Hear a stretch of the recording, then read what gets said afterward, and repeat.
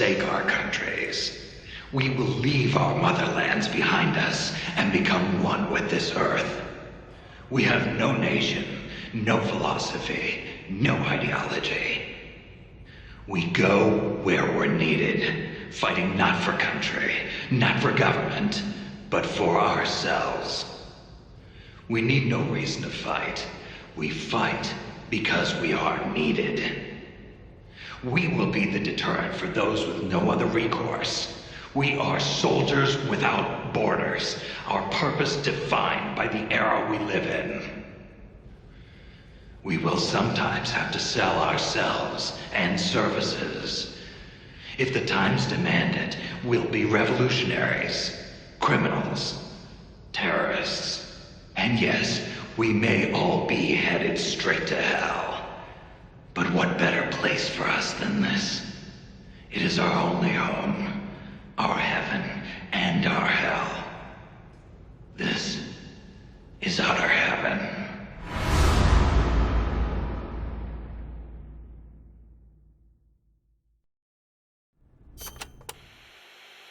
Chico, I heard you saw Paz trying to sabotage Zeke before she activated.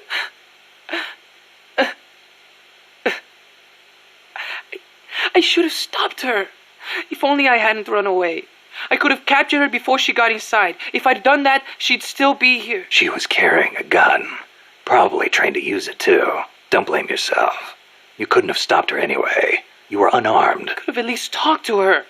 If I'd promised not to tell anyone, Paz wouldn't have gone and done what she did.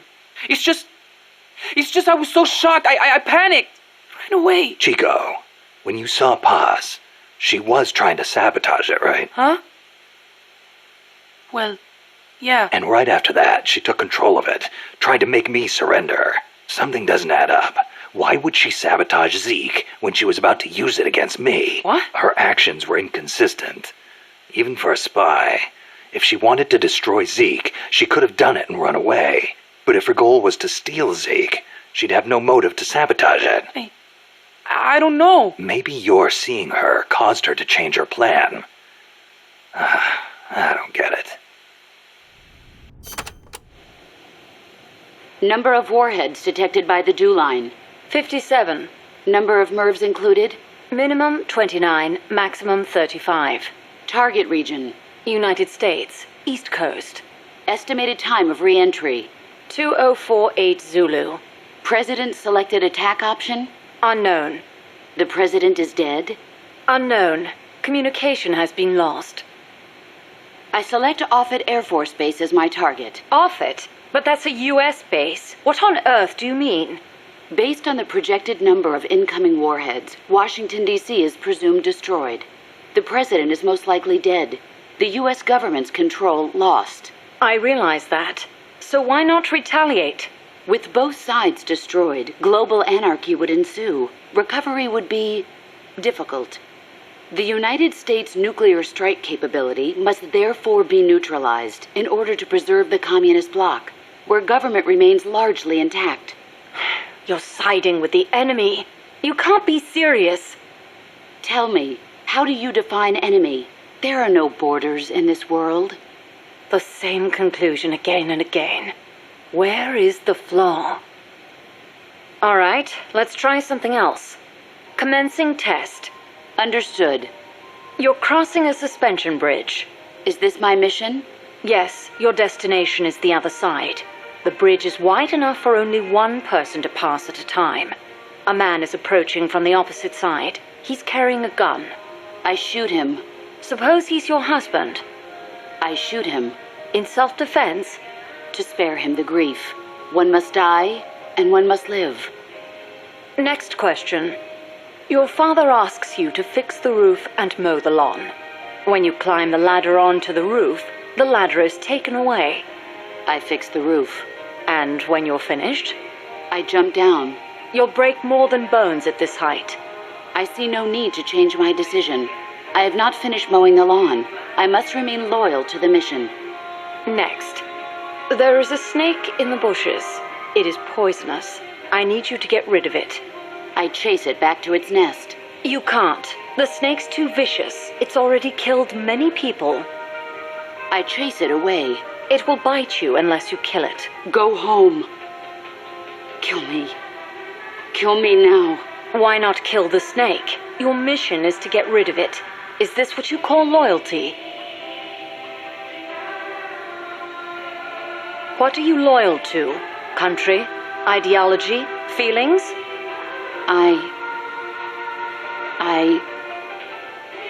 I am loyal to myself. Who's there? Who's that? Intruder!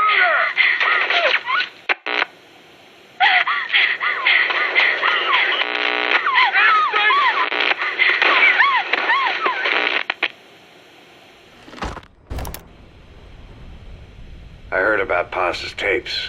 Yeah. Why do you think she'd leave him behind? And that diary? Whatever it was, her commitment was wavering. That much is clear. So she was leaving clues to help us. No way to know for sure. And the ocean's not giving her back. November 4th, 1974. At the outskirts of Barranquilla, Colombia. Contact with Big Boss successful.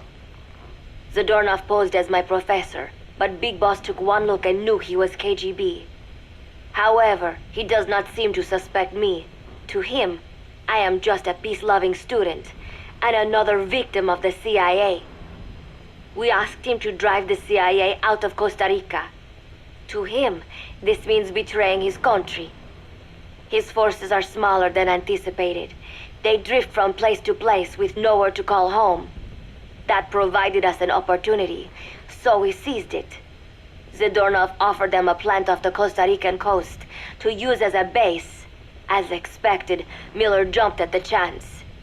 Although initially reluctant, Big Boss came around when Zadornov played him the tape. All because the voice on it sounded like his mentor, the boss. Naked Snake, the man who once saved the world from the brink of nuclear war. Awarded the title of Big Boss for his service. He later became a mercenary, abandoning both his title and his country. To him, that honor was steeped in the blood of the boss, the mentor he was forced to eliminate. Exceptionally charismatic, he possesses unparalleled combat and intelligence-gathering abilities. His only discernible weakness is her. This operation hinges on how effectively we can exploit that. Kazuhira Miller is Big Boss's lieutenant. Half Japanese, half American. He once served in Japan's self-defense force. Though he and Snake first met as enemies, they discovered a common bond and together built their private army, with Miller directing business and administrative affairs. He comes off as shallow, but his true intent is hard to read. I must be careful. All that is clear is his infatuation with Big Boss. With East and West fighting over its control, Central America is now the most contested region on Earth. CIA Central American Station Chief Coldman has developed Peace Walker, a fully AI-automated, fail-deadly nuclear launch system with which he aims to reignite the Cold War. Snake's new objective in Costa Rica is to prevent that. Zadornov's, or should I say, the KGB's plan is to play the two sides against each other, turning the entire region red. Not one of the three parties realize they're all just pawns in Cypher's hands. Cypher watches all.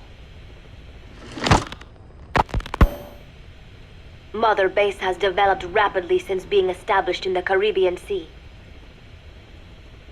They recruit more personnel daily, and already their mercenary services are turning a profit. Big Boss's leadership and charisma, and Miller's business acumen drive this impressive growth. Furthermore, joining forces with a faction of the FSLN has expanded their power even more. They have even commenced their own weapons development program. All is proceeding according to Cypher's will. I could not be more pleased. Snake's pursuit of Peace Walker led him to an AI modeled after the boss's thought patterns. It was incomplete, but, somewhat ironically, making contact with Snake was the necessary finishing touch. Meanwhile, the scientist behind Peace Walker's locomotive control, Huey, defected to Snake's army. His presence has greatly accelerated weapons development at Mother Base. I failed to anticipate Coldman's madness, but nuclear war was averted. However, this was only after the boss AI on board Peace Walker sank itself to the bottom of the lake in what could be likened to suicide. The boss laid down her gun, choosing to sing for peace instead, and Snake, himself a gun, parted ways with her. In doing so, he reclaimed the title he once abandoned. He is Big Boss. Zadornov has been detained. Since this leaves my cover identity without a guardian, the Mother Base staff has taken me in. I am now better placed than ever to monitor their internal affairs. Everything continues to unfold according to plan. The developer of the boss AI, Dr. Strangelove, has also come to Mother Base. With her and Huey's expertise, they can now develop a weapon capable of matching Peace Walker. Development on the bipedal weapon is now complete. They call it Metal Gear Zeke. It stands there like some sort of mystical guardian. The soldiers gaze on it with pride and reverence. Big Boss has elected to arm it with a nuclear weapon. As an army without a nation, they seem to feel the need for a deterrent against whatever the world might pit against them. It is a dangerous gambit. Why do such a thing? Their nuclear strategy differs from the Americans and the Soviet Union. The superpowers deter attack by revealing their nuclear arsenals to one another. Snake and his men know that if they were to go public with this, the whole world would unite against them. Business would dry up overnight. So they do not plan on revealing the nuke until necessary. This ace-in-the-hole approach is their idea of a nuclear strategy. Wielding a deterrent, all the while unable to reveal its existence. I wonder if Snake sees how vulnerable this makes them. Yes. Hijack Zeke? Yes, I did indicate that to be our leverage. But I cannot imagine his agreeing to that now. But did you not raise them to safeguard your governance without borders? No. I have not forgotten. Cypher watches all. Yes, things are proceeding, but modifying Zeke has not proven easy. I am using Zadornov to buy some time. No, I have not forgotten what you said. However... Well, forgive me for asking, but this is you I am speaking to, isn't it, Cypher? I will fight Big Boss. The world must be ruled by a single will. To defy Cypher is a fate worse than death. As of today, I will be living here at Mother Base. Now my real trial begins. Zadornov was paying my room, board, and tuition, but he has since been captured. I told the man that with no more money from the KGB, I could no longer afford school. He bought my story, and when I said I would be willing to work, he took pity on me and let me stay. For some reason, Miller really pled my case. That was helpful, but the man is still a fool. His men are no better. They think their training makes them strong, but that kind of strength is nothing in the face of true power. And better yet, they wait on me hand and foot, believing I am just a schoolgirl. Looks like I won't be working too hard after all. Just today, while scouting out the living quarters, I saw a group of them in the corner of the deck making a fuss. Going over for a look, I saw they were feeding a kitten. A bunch of grown hard men, and they're the ones acting like schoolgirls. Look, isn't he cute? What is wrong with them? Disgusted, I just nodded and smiled. I must stay in character after all. I indulged their chit-chat for a few moments. Then one of them asked me to give the thing a name. They had just taken it from its mother. I named it Nuke. I improvised some nonsense about how our compassion for living things can help prevent wars. The men gave me a little fish. I held it out in my palm, and the kitten happily ate it up. What a pathetic, feeble creature. It sickens me. Today, Chico invited me to go fishing with the soldiers. I suppose finding one's own food does have its merit, but I prefer not to be involved in such a degrading task. And their prattling on about fishing being fun is nonsense. I'm not here to find playmates. Nevertheless, distasteful as it was, I went along in order to maintain my cover. Chico thrust a fishing pole into my hands, and we went up onto the deck where several soldiers had gathered. They welcomed us warmly. With so few women aboard Mother Base, I'm treated like a princess. No one suspects I am neither a teenager nor a student. It was nice and sunny, with a gentle breeze and waves. As I cast my line and waited for a bite, the soldiers began to ask me all sorts of questions. As always, I answered according to our predefined scenario, feigning a smile. As I sat there feeding them lies, the fish began to bite, and the soldiers began to focus on their prey. Chico had his bait stolen by a fish, and got so angry that he stood up and nearly fell into the sea. Everybody laughed. It almost made me want to join in too. At some point, I got a bite myself. The instant after I felt that first gentle tug, the fish yanked the line with astonishing strength, and I let out a cry of surprise. I thought he was going to be huge.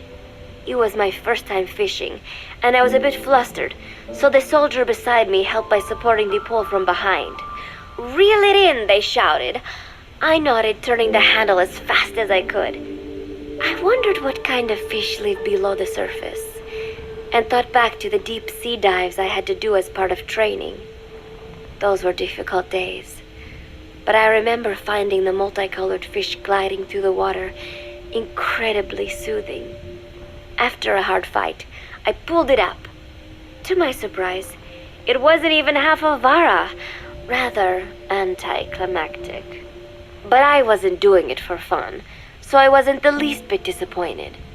Nook was hovering nearby with an expectant look on his face, so I gave the fish to him. All in all, a thoroughly wasted day. Preparations are coming along nicely. No one suspects me of being the one to let Zadarnov out of his cell. Today, Amanda and I taught Cecile how to make gallo pinto. It is a simple home-cooked dish consisting of black frijoles mixed with arroz.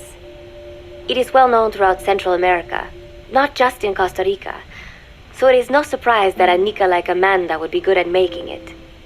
But I was raised in the States from a very young age, and can hardly even remember my mother's gallo pinto. Having to make chit-chat with that clueless bird lover and the so-called revolutionary was excruciating.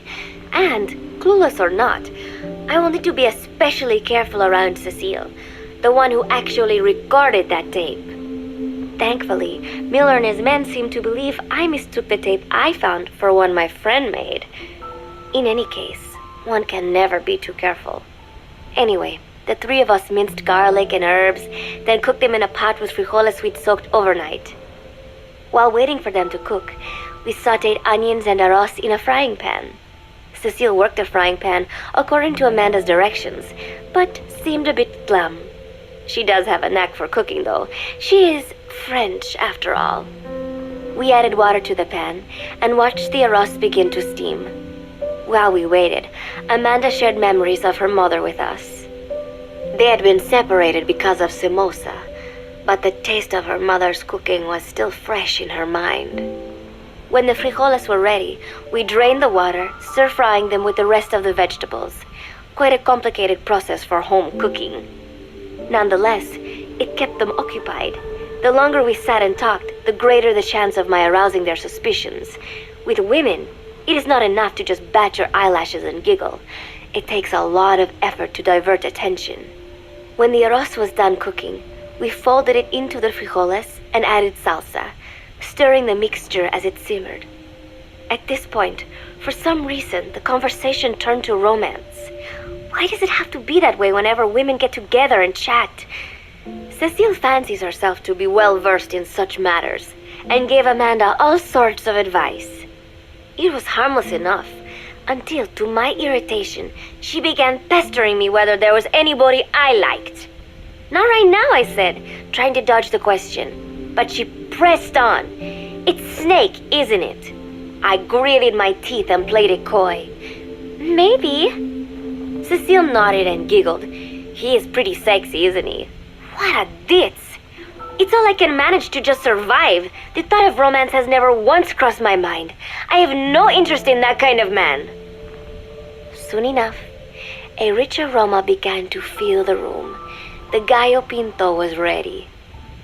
New came over and rubbed up against our legs, looking for a handout. Unfortunately, it was not the kind of food a cat would like. We let a few of the soldiers have a bite, and then headed off to the mess hall. The home-cooked flavor we'd achieved was a big hit with the men of MSF. Not that we are trying to impress them or anything. Even I could manage a dish like that. Snake enjoyed it too. Let me make this absolutely clear. I have no interest in that man. Football, or soccer as it is known in the States, is extremely popular here. It has not caught on yet in the US, but it has legions of rabid fans all across Latin America. These fans can get so rowdy that it is commonly believed El Salvador and Honduras went to war in 1969 over scuffles in a soccer match. In reality, tensions between the two countries were already high. The match was merely one of the sparks that set them off. But these people are so passionate about this sport that the story seems plausible. Predictably, many of the soldiers here are fans. They have apparently divided themselves into Costa Rican and Nicaraguan teams and started playing each other. To play, you need a ball and 2 goals. The R&D team built and set up simple goals on the deck. I had absolutely no interest, but Chico insisted that I come and watch. It was not a proper match by any means. The pitch was not even regulation size, but the players and spectators alike got pretty excited. They banged empty cans and shouted cheers through the handmade megaphones. It almost felt like carnival. Huey, the referee, blew a whistle to start the match. The soldiers' training has left them in excellent physical shape, but they lacked the honed skills of professionals and their play was quite rough. Midway through, one of the men collided with another. They started shouting at one another, but Huey stepped in. I thought we had forsaken our countries, become one with the earth, he said, quoting Snake. We are not competing for national pride here, and we are not fighting for the good of any one country. This is not a war. Soccer is a peaceful sport, am I right? The soldiers nodded. They know the pain of war, and they share Snake's vision. Perhaps that is why all this resonates with them. Team Costa Rica was down a man, and somehow I was picked to fill in. Costa Rica had the advantage up until that point. I suppose Huey wanted to keep it balanced. The soldiers agreed with Huey's call. Maybe the Costa Rican players felt an even matchup would be more fun too. I could not be bothered to run at first, but chasing the ball out there in the hot sun, I was soon drenched in sweat. Before long, I found myself actively seeking out the ball, partially out of desperation. I picked up a loose ball deep on the opponent's side of the field. Even though he's Nicaraguan, Chico cheered me on, yelling, "Go for it, shoot!" I launched the ball as hard as I could, only to have it blocked by the keeper. Disappointment only increased my determination. In the end, I didn't score a single goal, and Costa Rica gave up its lead. It was really close, though. We congratulated each other on a good match and sprawled out in the shade on the deck, exhausted. The ocean breeze felt so nice on my sun-soaked body. Nuke came over. It is one of his favorite spots, and stretched out next to me. And together, we watched fluffy white clouds drift lazily across the clear blue sky. was lovely out today, so I decided to sun myself in a lounge chair up on the deck when Strangelove came up to me. Despite the heat, she was in her usual long sleeves and pants. I waved at her. She looked away and mumbled, "Hello there. Fancy meeting you here." I asked if she needed anything, feeling her eyes creeping up and down my body like she was savoring it. Finally, she swallowed and said, "You have such beautiful skin." Bewildered, I shook my head and said, "No, not at all. I had heard rumors that she was a lesbian, but she couldn't be after me, could she?" She continued to stare and said, "No, it is beautiful, but you must not let yourself get so tanned." And then she took my hand in hers. "What is wrong with a little sun?" I asked, trying to cut the conversation short. But she shook her head violently. "No, you mustn't. A young lady should take better care of her skin." She was acting strangely now, as if aroused. She lectured me on the perils of tanning, how it ages skin, causing wrinkles and spots, and in the worst cases, even skin cancer. I knew already that tanning could cause spots, but I thought only pale-skinned Anglo-Saxons had to deal with that. Having a scientist tell me it causes aging, though, that spooked me a little. If I am to keep playing the teenager, I will have to start paying more attention to my skin. Sensing my anxiety, she took a small tube from her pocket. She said it was the sunscreen she always used. She told me to keep it. I didn't know what to say. I was more than happy to take it, but exactly what were her intentions? Was she merely being nice? Or is she really into me? Either way, there was no reason to refuse, I suppose. I have undergone training. An out-of-shape woman does not pose any real threat to me. Having power means not being afraid. It is the same on a global scale. A country with nukes can dictate terms to a country without them. I thanked her and took the tube. Then she offered to put some on for me. She squirted some lotion onto her fingers and began rolling it into my chest. It happened so suddenly, and I was so taken aback that I did not even think to protest. She caressed my stomach with her long white fingers, then slid them upwards between my bikini-clad breasts. "What? Wait," I sputtered as her moist eyes met mine. She was beautiful. Somehow, I found myself captivated by this woman more than 10 years my elder. "Hold still," she whispered in my ear. I nodded silently, unable to refuse. My body went limp, motionless, as if in a trance. Gently, carefully, she rubbed the lotion all over my entire body. I shouldn't have enjoyed it, and yet I could not help myself. For a moment, I was spellbound. That woman is dangerous. I had better watch myself. Protecting one's health is an important part of any agent's job. But despite my best efforts, I have caught a cold. Now that I think about it, Mother Base's numbers are on the rise, with soldiers coming from all different places and backgrounds. It is no wonder, then, that sooner or later someone would bring in a virus. That said, what I have got is just a common cold. The medical team said I'd need a few days rest, so I've been restricted to my room and put on bed rest. I thought I'd gotten used to not having anyone around to relate to, but at times like these, being alone is just miserable. All I could do was lay there and stroke Nook's back, trying to take my mind off how bad I felt. Nook just sat there, not making a sound. But I did have visitors. Amanda and Chico, Huey, Cecile, Miller, and a few of the soldiers I've become relatively close to. Amanda made me a soup with herbs she said were good for a cold. Miller told me to take it easy. I will sing you a lullaby, he said, then broke out a guitar and sang some incomprehensible song in Japanese. I did not need to understand the lyrics to know he is an awful singer. Then he said, "You know what is good for a cold? Suppositories. Here, I'll show you." He began to take off his pants, so I threw my tissue box at him to make him go away. Then Strangelove showed up, saying she had some miracle Indian cure. "It has got eucalyptus extract," she said. "It works best if you rub it into your chest." And then she tried to take off my nightshirt.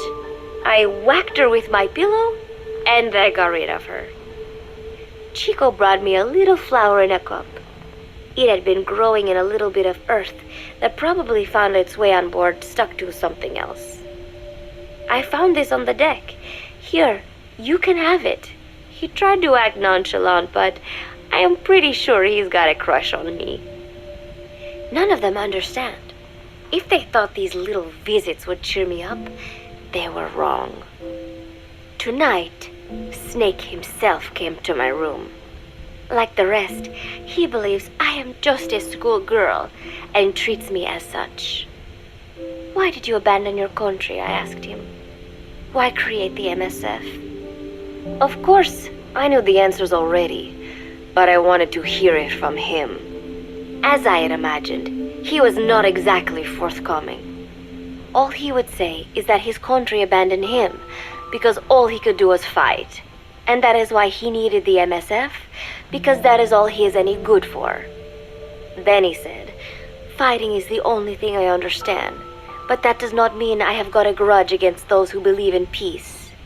I am not one of them, and I do not believe in peace. Conflict is in man's nature. We fight our enemies in order to survive. Maybe we are not so different after all, he and I. But that is exactly why I'm going to have to kill him, or else he will have to kill me. When I stop and think about this wretched existence, being killed by a man like that suddenly does not seem like such a bad thing." Every month, Mother Base throws a party for all the soldiers whose birthdays fall in that month.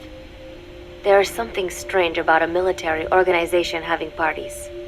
Really though, it is just an excuse to drink and make noise. It is not easy to get alcohol in a fortress in the middle of the ocean. Most days they are training from dawn till dusk. They do not have time for things like drinking. That is why Snake and Miller came up with the idea to give everyone a chance to let loose. Obviously, a bunch of boors like that are not going to bother with blowing out candles on a cake. Rather, they sit there in a cloud of cigarette smoke, drink beer, eat meat, tell tasteless jokes, and swap crude insults about one another's hometowns. But it hardly ever breaks out into something serious. They talk up a storm, but they're just having fun. It is funny. You have got members of FSLN rubbing shoulders with the UCLAs, people who once would have considered the other mortal enemies. I wonder if that is what makes Big Boss so popular. In leaving their countries behind, they leave their hatred for other countries too. Miller seemed a little protective of me. "Hope they're not being too crude," he said. But soon enough, he too was drunk. He yelled, "Come here and take a look at the real Kazuhira Miller," then dropped his pants and mooned everybody. The other soldiers burst out laughing. I have never seen such a crude, ridiculous party before. And yet, all these people, laughing and acting the fool. Is this what they call peace? For some reason, I began to think about all that has happened since I came here. Fishing with Chico, cooking with Amanda and Cecile, playing soccer, having visitors when I caught a cold. When I stop and think about it, my time here has been the most peaceful of my life. But that is about to end. I cannot imagine he will be willing to negotiate. It seems I am to fight the legendary Big Boss. I do not know if I'll be able to beat him, but if I have to choose between death and defying Cypher, I will gladly choose death. The thought of dying does not scare me, but if I disobey my orders, the fear and despair awaiting me will be far worse than anything I can imagine. It was Cypher who took me in as an orphan, gave me food and a place to live. His orders may have been unreasonable, but I will never repay my debt entirely. It seems I have no choice. I must fight this man. I must fight Snake. Do you know Miller, Snake's right-hand man? Apparently has got at least one serious weakness. He is an insatiable womanizer. He does not bother me, most likely because he considers teenagers off limits. But he has hit on every single one of the few female soldiers here at Mother Base. They ought to be telling him where to stick it, but end up falling for it so easily. I think some of it stems from the fact that he is actually not that bad looking. Anyway, today, that nasty habit got him in trouble. He and Snake got into one of their rare fights, and I was there to see it. They burst out of the showers, completely naked, trading punches. I am no child. The sight of a naked man does not make me blush, but this was something else. Maybe this'll teach you, Snake yelled as he slammed his fists into Miller's chest. I heard later that apparently he'd been two-timing someone, and that same someone had gone to Snake with her troubles. As I see it, it is her own fault for letting herself be deceived like that. If she is too dumb to see through Miller's lies, then she got what she deserved. But this was not the first time it had happened, or the second, and Snake read Miller the riot act. Miller argued back, and what began as a shouting match turned into a fist fight. "You son of a bitch," Miller yelled as he swung. "Not bad," said Snake, smiling, "but not good enough." And then he was back on the offensive. They had already been at it pretty hard in the showers, and their bodies were covered with bruises. Both of these men had been trained for war, their bodies deadly weapons. They were each bleeding from a dozen places. All this from a fist fight. Even so, it was far less gruesome than if they had given it their all. It was obvious that one of them would be dead were they fighting for real. Miller took another swing, yelling, "Try this then!" Snake parried, then responded in kind, but I could tell he was not aiming for anything vital. "You are one tough bastard, boss," Miller muttered. A smile crept across his face as he caught his breath. And then they went right on fighting. Blood and sweat flew off their glistening bodies. It was combat without hatred or hostile intent. I had never seen violence like this before. And yet, it was more than just a friendly tussle. They were utilizing every technique they knew. It was not a sporting match. They were not playing by the rules. How could they keep this up? At last, the two men tired themselves out, and the bizarre scene came to an end. They looked at each other's battered bodies, and then burst out laughing, embracing and congratulating each other on a good fight. It all seemed so idiotic. I still cannot fathom such behavior. But somehow, I got the sense that for all his womanizing, Miller really only trusted one person, and that was Snake. There was no way I could ever come between the two of them. And at that thought, I began to feel as if I had lost. All of Mother Base is preparing for a festival. Since Snake and his soldiers spend so much time fighting, they are setting aside one day a year for peace and relaxation. I do not know all the details, but apparently that is what Snake and Miller decided. These soldiers love the idea, of course. There is so little fun to be had here that everybody looks forward to events like these. That is all well and good, but somehow I got roped into getting on stage. "Come on, we even both have peace in our names," said Miller. "And Zadarnov, that old Ruski's name, has something to do with peace too, right? Hey, as long as we are having a day of peace, we ought to get an act together. The Three-Piece Band." I thought he was joking. He then proceeded to share his idea without bothering to check with me. And now, I am slated to sing. Apparently, he had heard me on the deck one day, and since then he's wanted to form a band. Everybody's looking forward to it, so there is no way for me to back out now. I have never done anything like this, but it does feel kind of nice to know that people are looking forward to it. I mean, it cannot be any worse than Miller's singing. But modifications to Zeke are already finalized, and I must complete my mission. Betray Cypher now, and I will face a fate far worse than death. Still, there's no need to put things in motion just yet. What difference would it make to just wait a little while longer? A whole day of peace. The mission can wait until after that. Can it not? I know I am only delaying the inevitable. When the day comes, one of us will have to die. Snake or me. But still, if I could just come up with some way to stall Cypher, at least until our day of peace. When did I start having thoughts like this? My cover is blown. They know nothing of Cypher or my true objective, but they know I am a spy. There is no more time left. I must act now. I must complete my mission. How did it come to this? All I wanted was 3 more days.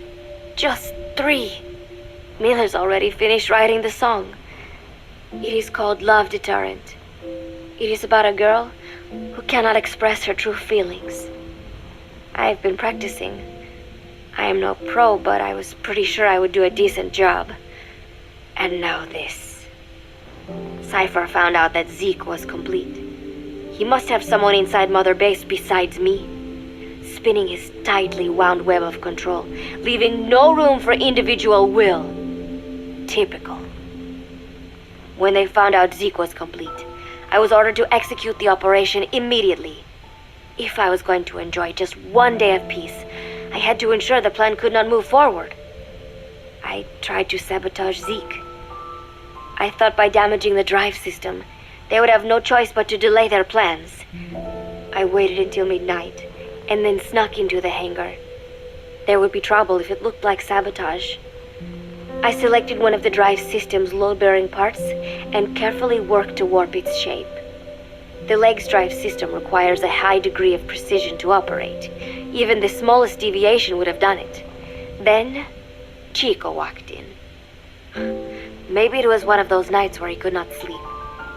In any case, he saw me, panicked, and took off running. It would have been easy to kill him, but I could not. I know he likes me. It is not as if I would ever have an interest in a child like him, but I could not pull the trigger. Not at him, not in the back. Will he tell them? Or is there a chance he will keep it a secret? Protect me? No. He knows now. Knows I am not who he thought I was. He ran without even questioning what I was doing. There is no chance he does not know. And soon, all I have built here will end. And if Cypher has another agent among them, if he finds out I tried to sabotage Zeke, this place will no longer be my heaven. Then it is settled. I make my move now. Chico walked in before my sabotage was complete, so Zeke should still be operational. It might not run at full speed or power, but I do not have time to fix that. Without Zeke, I do not have a chance in hell of winning. I must act fast before Chico sounds the alarm. I knew it would come to this. I just did not think it would be so soon. It is time, Zeke. Metal Gear Zeke. Activate.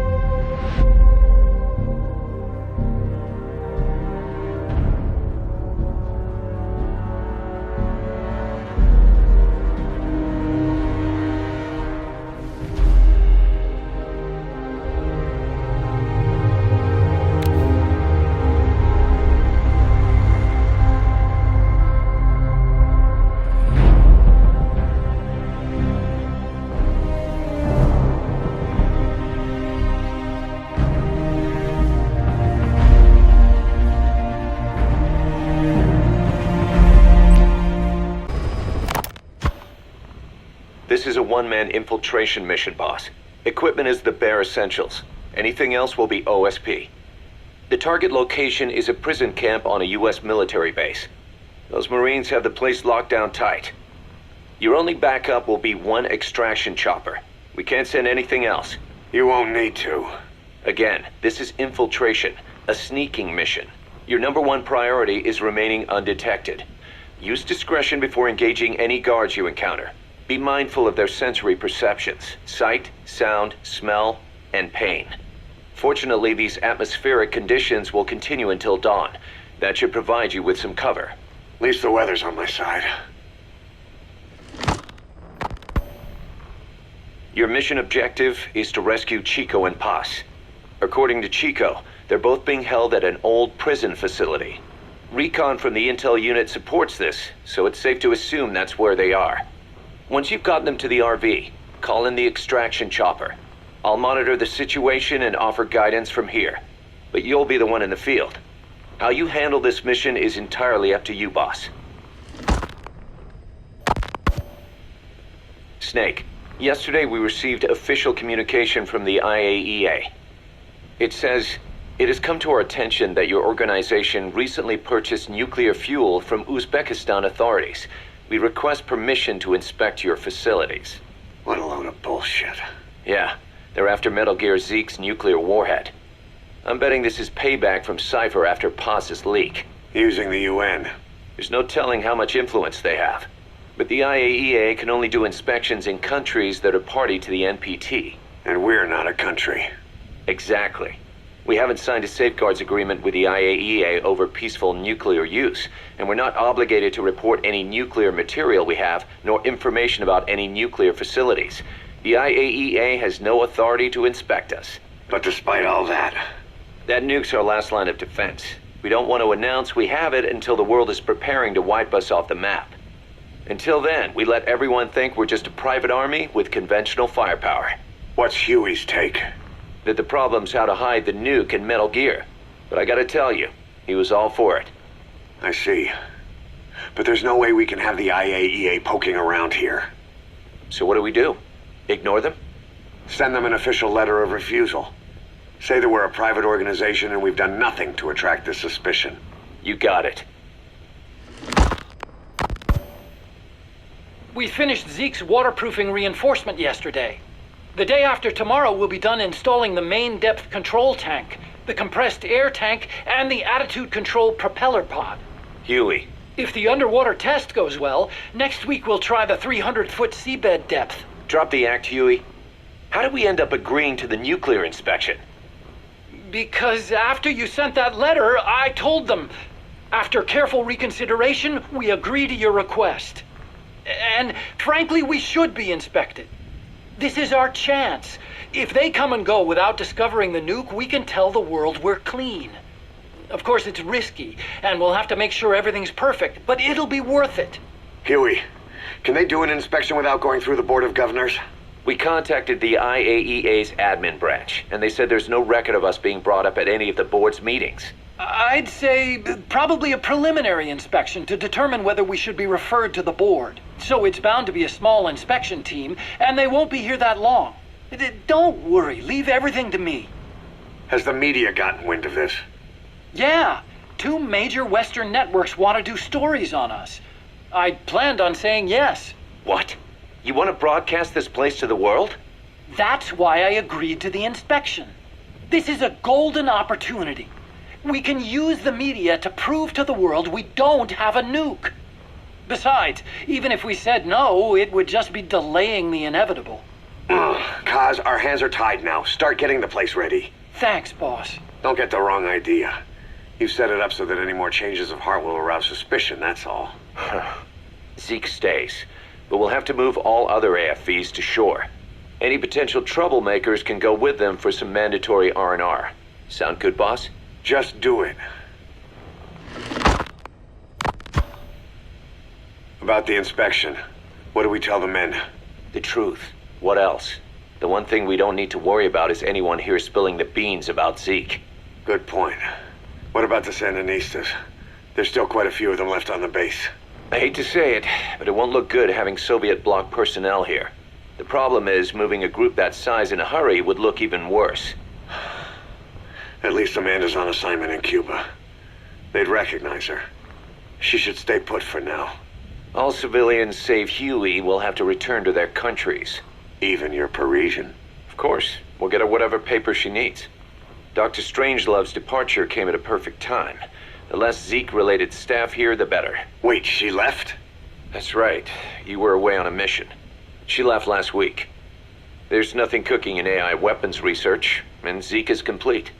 There was really no reason for her to hang around. I'm surprised Huey let her go that easy. Yeah, his crush on Strangelove was never much of a secret, huh? He followed her everywhere while Zeke was in development. Boy, would she get pissed. But he does have a lot on his mind right now. I've got bigger issues to deal with.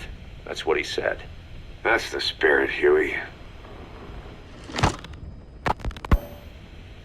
10 days ago, we got reports that Paz was still alive. She survived. She was rescued by Belizean fishermen who found her drifting in the Caribbean. So what's the plan? Silence her before we're compromised? No. I've got something else in mind. Our friends at Cypher suspect Paz could be a double agent. She's being held for interrogation at a camp on the southern tip of Cuba. Black site. Nice. A slice of American pie on communist soil, and out of U.S. legal jurisdiction. The upcoming inspection of Mother Base has to be connected somehow. The timing's too perfect. The UN's nuclear inspection. My guess is they're trying to corroborate Paz's leak. We're an army without a nation. Word of our capabilities gets out, and we'll have the whole world out to shut us down. Having an American private intelligence agency involved's bad news. Cypher's the ones who sent Paz to us in the first place. She knows their true nature. Right. Paz is our only link to Cypher. If she's still alive, we need her on our side. If not us, who else is gonna rescue that bitch? When do we do it? The inspection comes first. We'll deal with us afterwards. Do the men know? Word has started to spread. The information came from Cuba through Amanda. One of the base personnel used to belong to El Frente. I'll tell everyone we don't concern ourselves with the survival of enemy spies. We need them focused on the inspection. And if we get her back here and she isn't cooperative, there's still plenty of room for her in the ocean. Works for me. What about Chico? He had a chance to stop Paz from hijacking Zeke and he blew it. He's carried that guilt ever since. Kid really did care about her. Chico, it's hard to say how he'll react. Have Amanda call him out to Cuba. He shouldn't be here right now. Good idea. They haven't seen each other in a while. Little time with Big Sis and he'll forget all about you-know-who.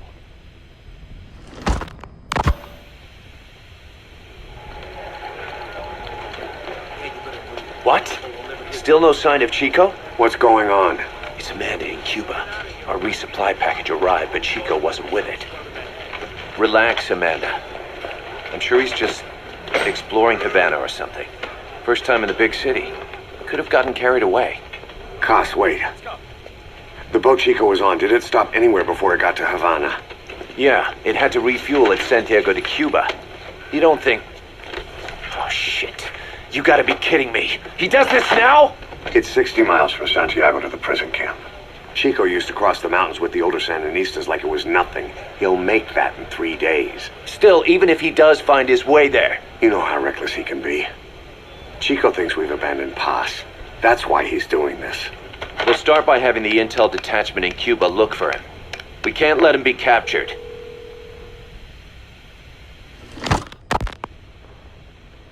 There's some cages to the east of a big building. East an old grassy facility. That's where we are. Help me, Snake. It's a setup. We have no choice. Yeah, if Chico talks, he could blow the nuke cover up. We can't hold off until the inspection's over. When can we be ready? It'll take at least 16 hours to confirm the flight path and prep a bird. The intel unit has started reconning the area.